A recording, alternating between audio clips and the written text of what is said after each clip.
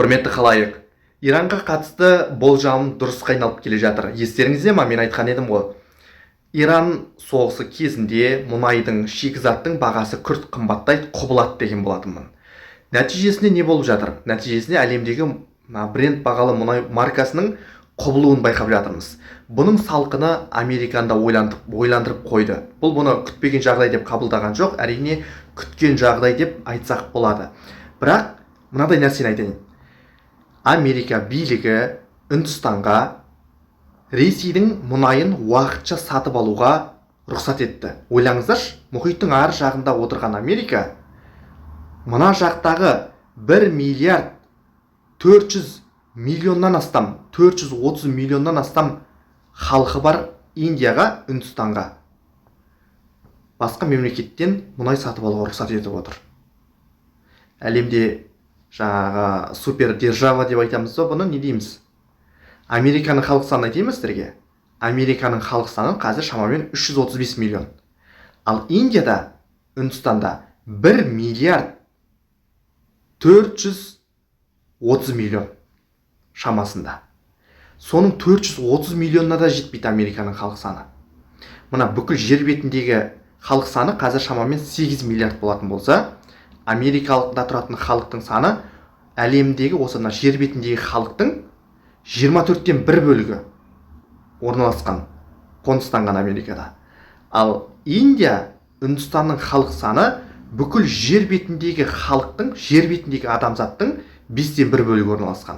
Ал Америка 24-тен 1 бөлік. Енді елестете алдыңыздар ғой көз алдарыңызға. 1 миллиард 430 миллион халық және соның басшылығы 335 миллион айналасындағы елдің басшылығының айтқанына көніп отыр, дегеніне жүріп отыр. Мұнайды сатып алма деді, азайт деді, азайтуға келісті. Ал енді уақытша сатып алыңдар деп отыр. Бұл әлемдегі мұнай бағасының өзгеріп кетпеуінің алдын алу үшін. Өйткені қазіргі кезде Үндістан жағармайдың тапшылығынан зардап шеге бастады. Ойлаңыздаршы, Вашингтонда мұхиттың ар жағында отырып, мына жақтағы 1 миллиард 430 миллионға жуық халықтың мәселесін мұхиттың ар жағында отырған Вашингтонда кабинетте отырған адамдар талқылап шешіп отыр. Түк қатысы жоқ, оның ішкісіне араласуына да қатысы жоқ, былай шындап келгенде. Бірақ көніп отыр. Бұл жаңалық бүкіл әлемге тарап жатыр. Бұны не дейміз? Атақты Ыбырай Алтынсарин бабамыз айта ма? Өнер білімі бар жұрттар, тастан сарай салғызды, айшылық алыс жерлерден жылдам хабар алғызды. Өнер білімі бар жұрттар.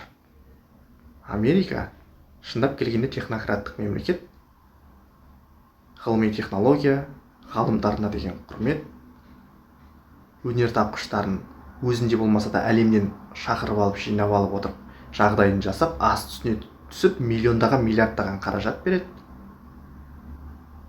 Сөйтіп, ғалымдарға жағдай жасап отырған мемлекет. Нәтижесінде 335 миллионның айналасындағы халық саны бар мемлекет 1 миллиард 430 миллион халқы бар Үндістанға дегенін істетіп отыр. Және Иранды да жайына қалдырмай отыр. Бүкіл әлемге өз әмірін жүргізуге ұмтылып жатыр. Көріп отырсыздар ма? Өнер білімі бар жұрттар.